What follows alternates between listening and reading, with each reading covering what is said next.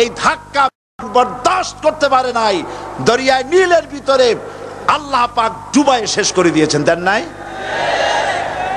হযরতে মুসা আলাইহিস সালাম তার উম্মতেরা দরিয়ার পাশে বসে দ্বীনি কথাবার্তা বলতেছেন। এমন সময় ফেরাউন, তার শত্রু হচ্ছে মুসা আলাইহিস সালাম। শত্রু কেন? মুসা কি ফেরাউনের পাকা ধানে মই দিয়েছে নাকি? বলেন আপনারা। তার হালের গরু পিটায় মারছে নাকি? অপরাধ হলো তিনি আল্লাহর জমিনে আল্লাহর আইন প্রতিষ্ঠার কথা বলেছেন। এই শুধুমাত্র এই অপরাধে ফেরাউন তার দলবল নিয়ে 3 দিক থেকে আক্রমণ করেছে। মুসা আলাইহিস সালামের উম্মতেরা ভয় পেয়ে গেছেন। তারা বলছেন ইন্না লামুদরাকুন, আমরা পাকড়াও হয়ে গেছি। 3 দিকে সাড়াশি আক্রমণ, 3 দিকে শত্রু, একদিকে দরিয়া, পালাবার রাস্তা আছে? হযরত মুসা আলাইহিস সালাম ভয় পেয়ে গেলেন, সারেন্ডার করলেন না। হযরত মুসা আলাইহিস সালাম বললেন কাল্লা, কখনো নয়, ভয় পাওয়ার কোনো কারণ নাই। রব্বি সায়াহদিন, অবশ্যই আমার রব আমার জন্য রাস্তা করে দিবেন। ভয় পাইও না, আমার রব রাস্তা করে দিবেন। আল্লাহ রাব্বুল আলামিন হযরত মুসা আলাইহিস সালামকে অর্ডার করলেন, হাতের লাঠি দিয়া দরিয়ার উপরে আঘাত করো। হযরতে মুসা আলাইহিস সালাম দরিয়ার উপর আঘাত করলেন। রাস্তা ছিল দরকার একটার, এক বাড়িতে আল্লাহর হুকুমে লাঠি দিয়ে একটি আঘাত করার সঙ্গে সঙ্গে হযরত মুসার তার সঙ্গী সাথী দরিয়া পার হওয়ার জন্য দরিয়ার মধ্য দিয়ে আল্লাহ 12টা রাস্তা পয়দা করে দিলেন। সে আল্লাহ আছে না নাই? এত আসতে বলেন কেন? ভয় পাওয়ার কারণ আছে? রাষ্ট্র শক্তি বাধা দিয়েছে সমস্ত নবীদেরকে। কেন? নবীদের চরিত্র খারাপ? জোরে বলেন, নবীদের চরিত্র খারাপ? নবীদের চাইতে মাসুম বেগুনাহ উন্নত চরিত্রের মানুষ আল্লাহর আকাশের নিচে জমিনের উপরে আর হয় নাই। তোমরা যে সামনে তাদের পিছনে দৌড়াও, অমুক সৈনিক, নেতা নেতা করে মরো, এইসব নেতা যাদের পিছনে দৌড়াও, এই নেতাগুলি, আমি জিজ্ঞেস করি আপনাদেরকে, এই নেতাগুলি জীবনে একবারও জেনা করে নাই? এ ব্যাপারে অনুসারীরা আপনারা কি নিশ্চিত? মিথ্যা কথা জীবনেও কয় নাই, প্রতারণা করে নাই, ঠাট্টা করে নাই, বিদ্রুপ করে নাই, মদ খায় নাই, মানুষ হত্যা করে নাই। কিসের নেতা? নেতা হচ্ছেন সেই ব্যক্তি যিনি বলেছেন, ও আমার স্ত্রীরা, ও আমার সাহাবীরা, রাতের আধারে আমার মধ্যে যা আচরণ দেখতে পাও, দিনের আলোতে আমার মধ্যে যা দেখতে পাও, সবগুলি খুলে খুলে মানুষের কাছে বলে দাও। তার নাম বিশ্বনবী মুহাম্মদ রাসূলুল্লাহ সাল্লাল্লাহু আলাইহি ওয়াসাল্লাম।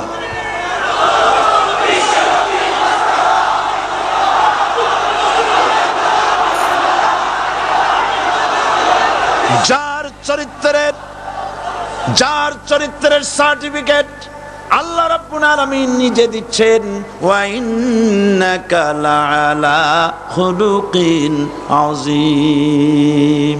নবী হে, উন্নত চরিত্রের উপরে আপনি প্রতিষ্ঠিত। সুবহানাল্লাহ। কে সার্টিফিকেট দিচ্ছেন? আযীম, আযীম। আরবিতে চওড়াকে বলা হয় আরিদ, গভীরতাকে বলা হয় আমিক। কত প্রশস্ত, যা মাপার কোনো ফিতা নাই, কত গভীর, যা মাপার কোনো যন্ত্র নাই, এইটাকে আরবিতে বলা হয় আজিম। সুবহানাল্লাহ বলতে ইচ্ছে করে না? ও নবী, তোমার চরিত্র এমন যা মাপার মতো যন্ত্র পৃথিবীতে নাই। লা ইলাহা ইল্লাল্লাহ পড়েন সবাই, লা ইলাহা ইল্লাল্লাহ। আপনিও যদি আপনিও যদি নবীদের মতো সাহাবীদের মতো বুঝা এই কলেমার দাওয়াত দেন, বাধা আসবেই। বোঝাবুঝির ব্যাপার, বুঝতেই সারলো। কত মাহফিল হয় বাংলাদেশে, হয় না? কোনো বাধা নাই, ঠিক কিনা? কত পূজা হয়, পার্বণ হয়, গান হয়, থিয়েটার হয়, গুণাগার বিবির গান হয়, কত কিছু হয়। কোনো বাধা আছে? তাফসিরের মাহফিলে বাধা। কারণ ওরা বুঝতে পেরেছে এ তাফসিরের মাহফিলে গাজীর গীত হয় না, এ তাফসিরের মাহফিলে আল্লাহর সার্বভৌমত্ব কায়েমের আন্দোলন চলে।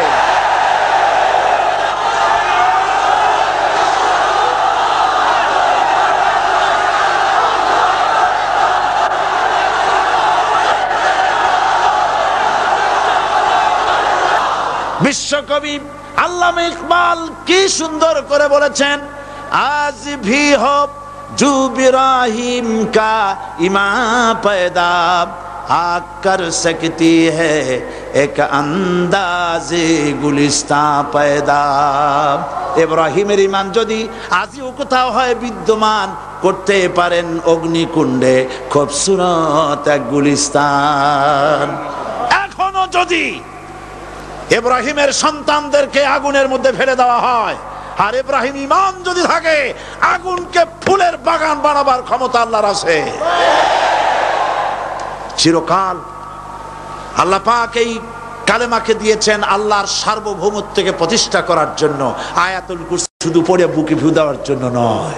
পড়েন আমার সাথে, আল্লাহু লা ইলাহা ইল্লাহু আল হাইয়ুল কাইয়্যুম। দুনিয়ার সমস্ত পয়গম্বর অত্যাচারিত হলেন, শুধু তাই নয়, বিশ্ব নবী আখেরি জামানার পয়গম্বর নবী মুহাম্মদ রাসূলুল্লাহ সাল্লাল্লাহু আলাইহি ওয়াসাল্লাম জাতির কাছে আসলেন। তিনি এসে বললেন, ইয়া আইয়ুহান নাস কুলু লা ইলাহা ইল্লাল্লাহ। প্রথম দাওয়াত, প্রথম দাওয়াত। শুনছেন কথা? রাসূলুল্লাহ বলছেন, ও জাতি, আমার রাসূল তো মক্কার রাসূল না শুধু, মদিনার রাসূল না শুধু, আরবি ভাষা ভাষীদের রাসূল না শুধু, আমার নবী কি নবী? চিল্লায় বলেন।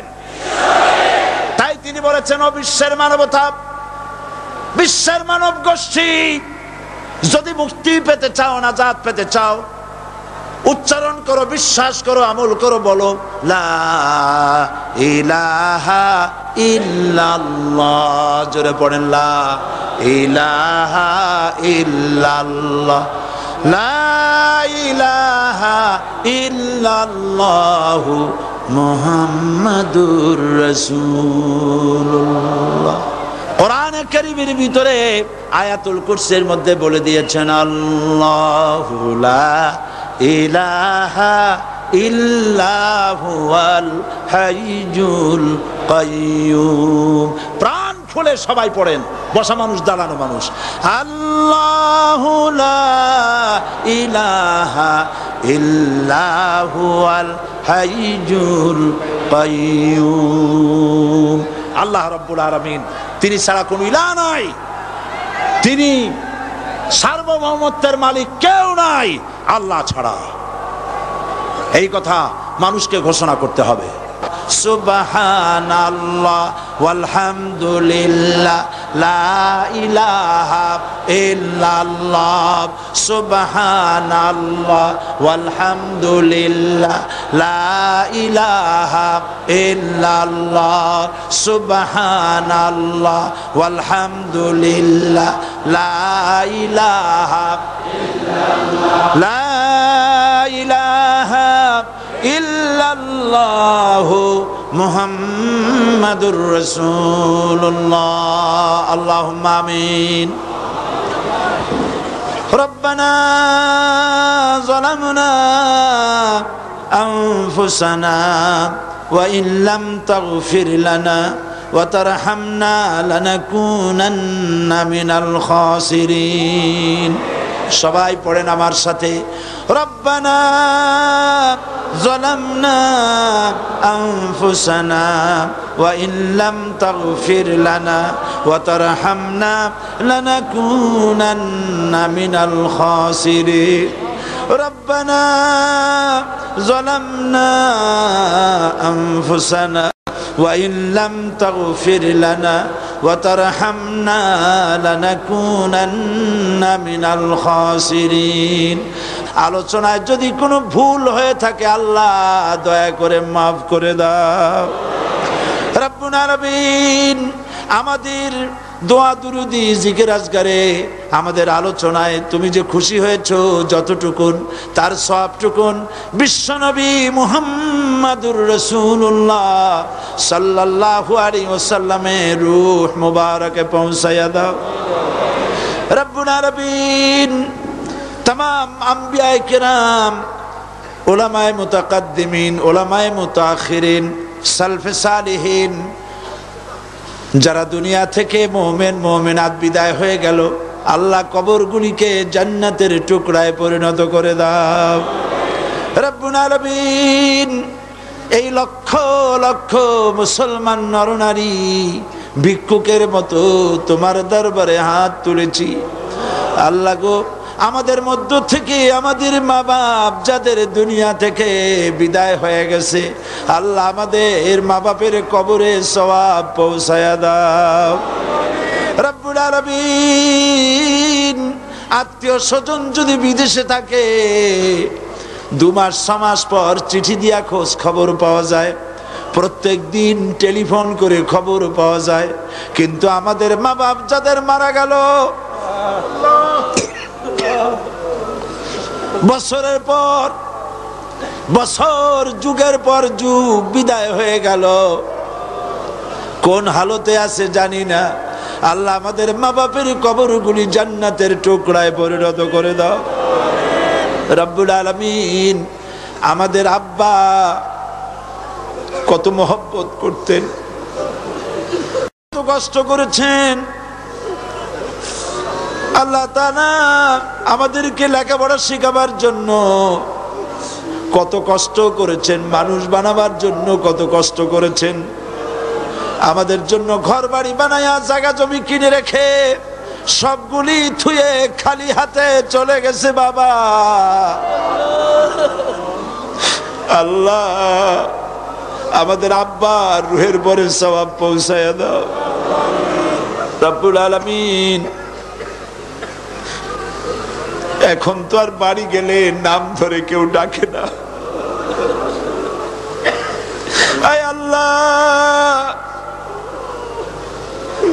আমাদের আব্বা যত গুনাহ করেছি জানা অজানা সমস্ত গুনাহগুলি আল্লাহ তুমি সাইয়াদগুলি হাসানাত দিয়া বদলাইয়া দাও। রব্বুল আলামিন আমাদের জনম দুঃখিনী মা, আয় আল্লাহ মা যা যে হারাইছে সেই বোঝে কি নিয়ামত তার চলে গেছে। আল্লাহ আমাদের মা যার বিদায় হয়ে গেছে মায়ের কবরটাকে জান্নাতের টুকরায় পরিণত করে দাও।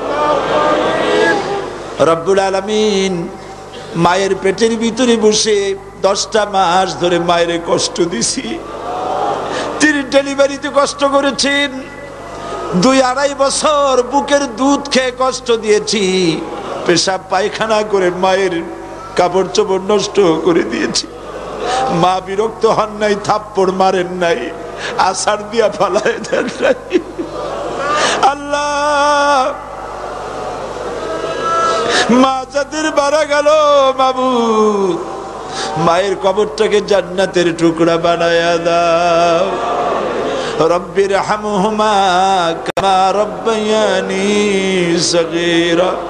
আমার ভাইয়েরা, আমার মা বোনেরা করুণ ভাবে আল্লাহরে বলেন রব্বির হামহুমা কামা রব্বায়ানি সগীরা, রব্বির হামহুমা কামা রব্বায়ানি সগীরা। রব্বানা তাকাব্বাল মিন্না ইন্নাকা আনতাস সামিউল আলিম ওয়া তুব আলাইনা ইন্নাকা আনতাত তাওয়াবুর রহিম। সুবহান রাব্বিকা রাব্বিল ইজ্জাতি আম্মা ইয়াসিফুন ওয়া সালামুন আলাল মুরসালিন ওয়ালহামদুলিল্লাহি রাব্বিল আলামিন ওয়াজআল আখিরা কালিমাতিনা ইনদাল মাউত লা ইলাহা ইল্লাল্লাহু মুহাম্মাদুর রাসূলুল্লাহ।